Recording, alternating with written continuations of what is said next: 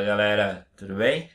A aula de hoje é sobre a eletrólise ígnea. E a gente começa aqui vendo uma figura, né, de um processo ali, tem calor, né, a eletrólise ígnea trabalha com calor. E acho que uma das principais eletrólises ígneas que existem é do alumínio, né, é da fabricação do alumínio metálico a partir da bauxita. E eu trago para vocês aqui ó, uma tabela mostrando a abundância na crosta terrestre dos elementos químicos. E eu quero comparar aqui ó, o ferro e o alumínio. Ó. O alumínio ele tem uma porcentagem maior, né, na crosta terrestre do que o ferro. Então o alumínio é mais abundante. Mas a gente sabe que o alumínio tem um valor agregado muito maior, né? Você pega, sei lá, uma festa de rua ou qualquer coisa, tipo assim, o pessoal recolhe latinhas, né? Recolhe latinhas de alumínio porque tem um grande valor agregado. Você consegue vender 1 quilo de alumínio por uns R$ 5. Depende, né? Depende do local, depende da cotação. Mas enfim, tem um valor agregado, diferentemente de ferro. O ferro, apesar de ser menos abundante, ele é muito mais barato. Isso é estranho, né? Pô, o que tem mais, né? Oferta e procura. O que tem mais vai ser mais barato. E nesse caso, não é pelo seguinte. O processo de eletrólise ígnea, o processo que é a fabricação do alumínio, é um processo caro. E a gente vai ver o porquê disso. Então vamos conferir.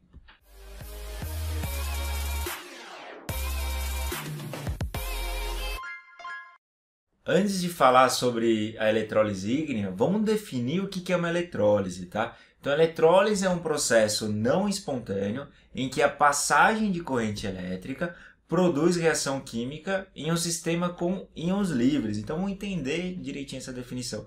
Quando a gente fala que é um processo não espontâneo, do ponto de vista eletroquímico, significa que o meu ΔE é menor do que zero. Então, é uma reação que não acontece de uma maneira natural. Ela é forçada, né, através do quê? De uma corrente elétrica. Então, a corrente elétrica, coloca lá um gerador, ele vai forçar essa passagem de elétrons. E essa corrente elétrica ela vai promover a descarga de íons. O que significa descarga de íons? Primeiro vamos ver o que é íon, né? Íons são coisas com carga. Você pega, sei lá, íons existem dois tipos, os cátions e os ânions. Os cátions têm carga positiva e os ânions carga negativa. Se eu estou descarregando um cátion, significa que eu estou indo de mais para zero. Então, descarregar íons é tornar zero. Então, o cátion, tem um cátion mais, ele vai reduzir para tornar zero. Então, sei lá, mais um. Né, o sódio mais um. Ele vai receber um elétron para tornar zero, ele reduz. E o ânion, né? O ânion, ele vai dar um elétron, ele vai oxidar, ele vai dar elétrons oxidar para se tornar zero. Então é sempre assim, ó.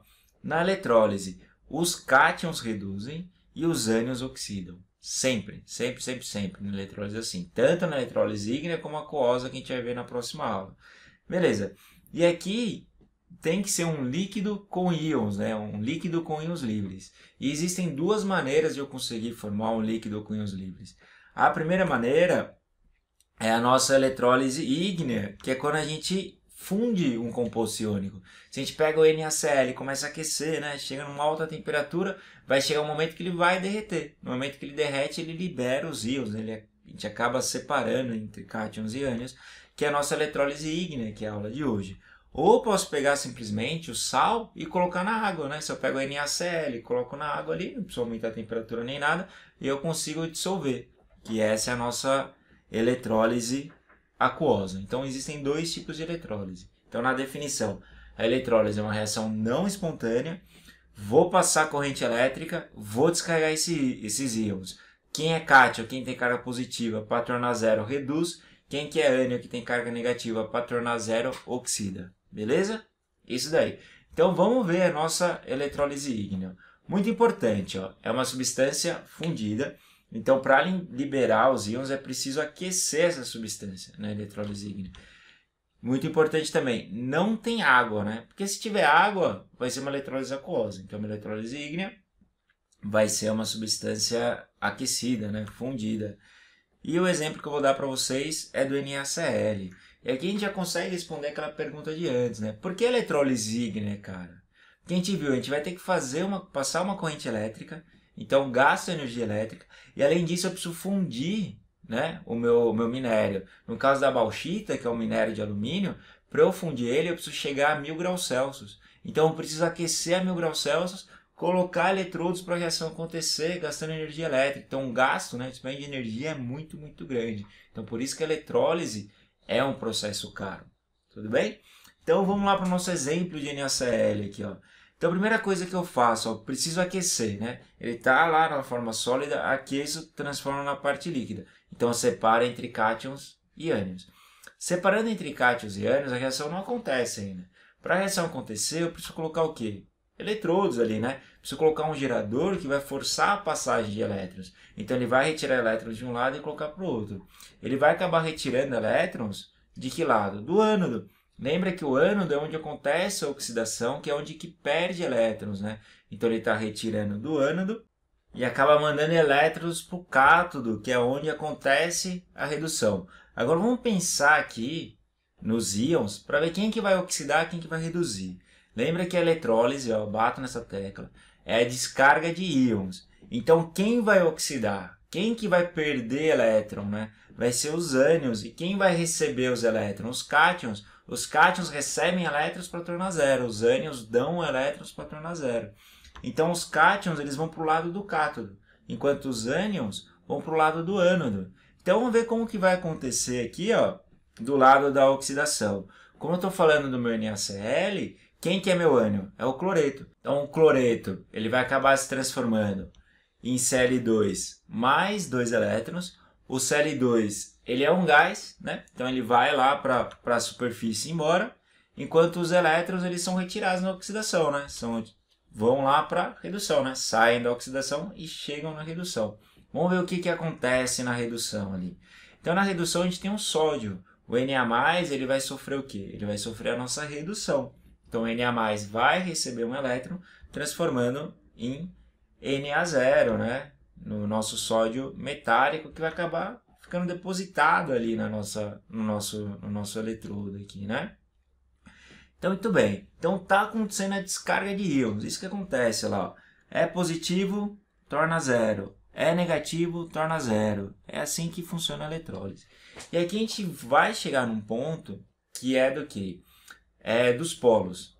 Aqui os elétrons, eles não estão indo porque eles querem. Eles estão indo porque eles estão sendo forçados. Eles são forçados por um gerador, né? Esse gerador ele gera uma diferença de potencial que força a passagem desse elétron. Então o que acontece? Os elétrons eles estão indo para um lugar que eles não querem ir, né? Nas pilhas, os elétrons eram atraídos pelo polo positivo, certo? Agora os elétrons eles são forçados para que polo? Para o polo que eles não querem ir, que é o polo negativo.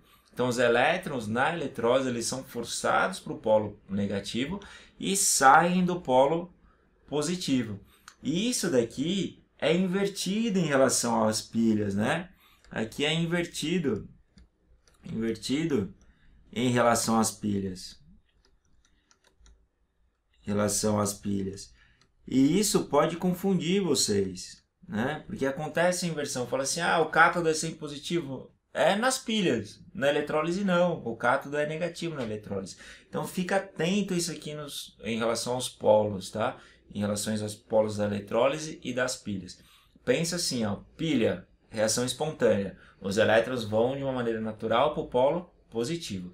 Eletrólise, reação não espontânea. Os elétrons são forçados para o polo negativo. Beleza? Bom, então como que a gente monta a nossa equação global? Então a gente tem a nossa reação de redução, a nossa reação catódica, onde o Na+ recebe elétrons transformando em Na0. A gente tem a nossa reação anódica, onde o cloreto dá 2 elétrons e forma o gás cloro. Soma essas duas equações, né, cancelando os elétrons, e chego na minha equação global. E percebe que meu DDP é negativo. Sempre vai ser assim, hein? Eletrólise, ΔE menor do que zero, reação não espontânea. E esse valor aqui de 4,07 é a diferença de potencial mínima que deve ser aplicada pelo gerador para que a reação ocorra. Se eu colocar lá uma pilha palito ali que tem 1,5 V, coloco lá no NaCl fundido, essa reação não vai acontecer. Eu tenho que colocar uma diferença de potencial suficiente para forçar a passagem desses elétrons. Beleza? Vamos ver um exercício aqui para ver como que aparece isso no vestibular. Exercício 38 aqui, ó, do Enem de 2016, segunda aplicação. Então ele fala que a obtenção do alumínio se dá a partir da bauxita, que é o nosso AlO3.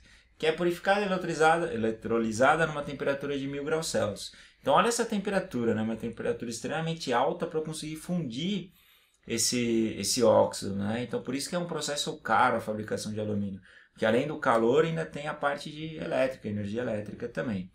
Na célula eletrolítica, o ânodo é formado por barras de grafita ou de carvão, né? Formado de carbono, que são consumidas no processo de eletrólise, com a formação de gás carbônico. E no cátodo é uma caixa de aço coberta de grafita. Excelente. E ele pergunta assim, na etapa de obtenção de alumínio, a obtenção do alumínio ocorre onde? Né? No cátodo ou no ânodo? Então vamos fazer. Ó. Primeiro vamos fazer a fusão do nosso óxido de alumínio. Então eu tenho um Al2O3. O que vai acontecer? Eu vou aquecer. No caso aqui ele até dá a temperatura, né? 1000 graus Celsius. Para eu conseguir formar o meu Al3+, né? Mais o meu O2-, né? Então separei entre cátions e ânions para balancear aqui 2 e 3. Excelente. Então vamos colocar aqui, ó, as nossas reações agora. A gente tem a nossa reação no cátodo, que vai ser a nossa redução, e tem a reação no ânodo, que vai ser a nossa oxidação. Então no cátodo, quem reduz? Ó? A gente tem que lembrar disso aqui, ó. A gente quer tornar zero. Então quem que vai reduzir é quem tem carga positiva. Ó. Quem que vai reduzir vai ser quem? O meu Al3+. O Al3+, ele vai se transformar no quê? No Al0. Sempre assim, eletrólise e descarga de íons. Quantos elétrons eu vou precisar para zerar aqui meu alumínio 3+? 3 elétrons. Beleza. E no meu ânodo, né? Quem que vai estar lá? Vai estar o meu ânion, carga negativa, 2-. E ele vai se transformar no quê? No oxigênio zero. E quem que é o oxigênio zero? É o nosso O2. Tá bom? Se é o O2, eu preciso de 2 oxigênios. E se eu preciso de 2 oxigênios, carga de -2 para tornar zero, eu vou precisar de 4 elétrons, né? Posso fazer o balanceamento de carga aqui, né? 2 vezes -2, -4, -4 ali do outro lado também está balanceado. Então, ó, a etapa de obtenção de alumínio ocorre onde? Ó? Onde que o alumínio é produzido aqui, ó? No cátodo, né? Então é no cátodo. Então tudo que tiver ânodo está errado já. Aí tem aqui, ó, com a redução do carvão na caixa de aço. Não, quem reduz aqui é o alumínio. É o alumínio. Com a oxidação do alumínio. Não, com a redução do alumínio. O alumínio reduz. Então, com o fluxo, ó, no cátodo, com o fluxo de elétrons da barra de grafita. O que é barra de grafita aqui, ó? É o nosso ânodo, né? Que diz ali no exercício. No ânodo. Para a caixa de aço. E a caixa de aço aqui, que a gente viu, é o que? É o nosso cátodo, né? Cátodo. E é sempre assim, né? O fluxo de elétrons é do ânodo para o cátodo, é da oxidação, quem está dando elétrons, para quem está recebendo na redução. Então a alternativa correta aqui é a alternativa E. Na sequência a gente já tem mais alguns exercícios, ó. Aqui em cima já está o gabarito para vocês, caso vocês consigam fazer sem problemas, passa para o próximo vídeo, que é a eletrólise aquosa. Caso tenha dificuldade, assista o vídeo. E não se esqueça de se inscrever aqui no canal, aqui em cima. Muito obrigado pela atenção e até a próxima. Tchau, tchau.